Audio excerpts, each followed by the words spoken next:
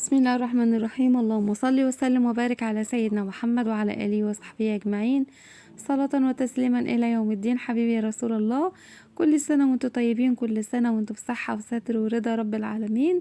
النهاردة إن شاء الله كده معانا فيديو كده لزينة رمضان وفانوس رمضان.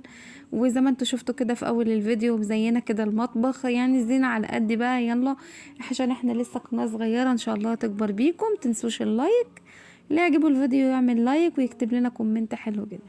انا كنت مخلله الزيتون دوت من فتره كبيره، يعني من حوالي 3 شهور او اكتر. قلنا بقى نخرجه كده ونعمل له افراج علشان شهر رمضان الكريم بقى ما يحلاش غير بالمخللات، وخصوصا مخلل الزيتون والفلفل اللي هو الحامي ده.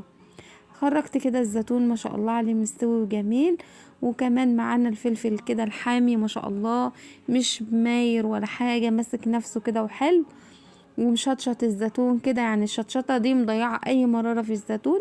شايفين الزيتون بتاعنا وجماله، وكمان الليمون ما شاء الله على الليمون وعلى جماله، زمهرير زي ما بيقولوا كده. تمام. طبعا رمضان لازم المخللات. كنت انا بقى عاملة ليمون، وكنت عاملة زيتون، وعاملة كمان لفت هتشوفوه كمان دلوقتي معاكم. شايفين الليمون كمان جميل ازاي، ما شاء الله.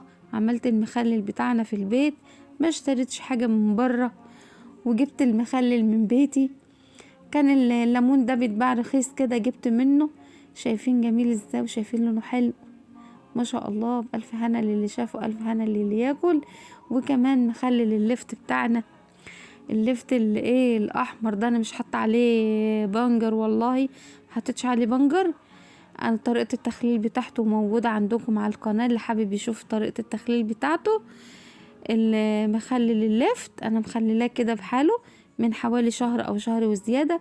وكمان دمسنا الفول بتاع السحور. وكل سنة وانتوا طيبين، واشوفكم في فيديوهات كتير ان شاء الله.